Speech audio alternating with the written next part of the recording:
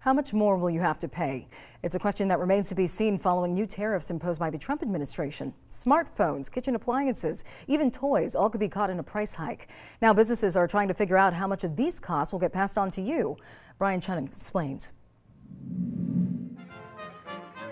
President Trump says his sweeping tariffs on imports will level the playing field for American companies making products in the USA. And today we're standing up for the American worker, and we are finally putting America first.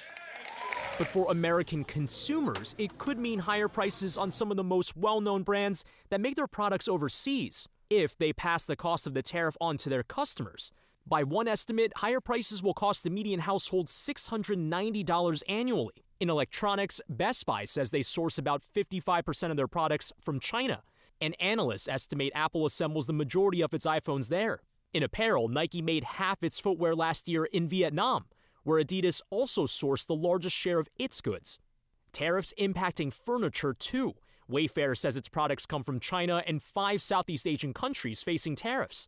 And one of the bigger categories that could get hit, toys. Tonka Steel Classic. Basic Fun, maker of Care Bears and Tonka trucks, says a majority of their products are made in China.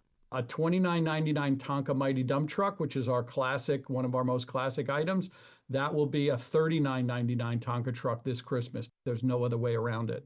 Basic Fun saying there are no factories in the U.S. that can make what they sell.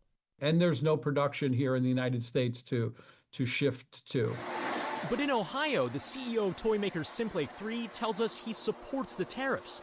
Bringing American jobs back here, that's really important. His company makes all their products here in the U.S., so he says they won't have to raise their prices. We're building it right here. We've got a strong workforce and the ability for the consumer to purchase it the same price that it was at Christmas time. I think they appreciate that. The Trump administration also closing a loophole on the tax-free treatment of goods shipped directly from China, meaning those discounted Shein and Temu products will likely get pricier too.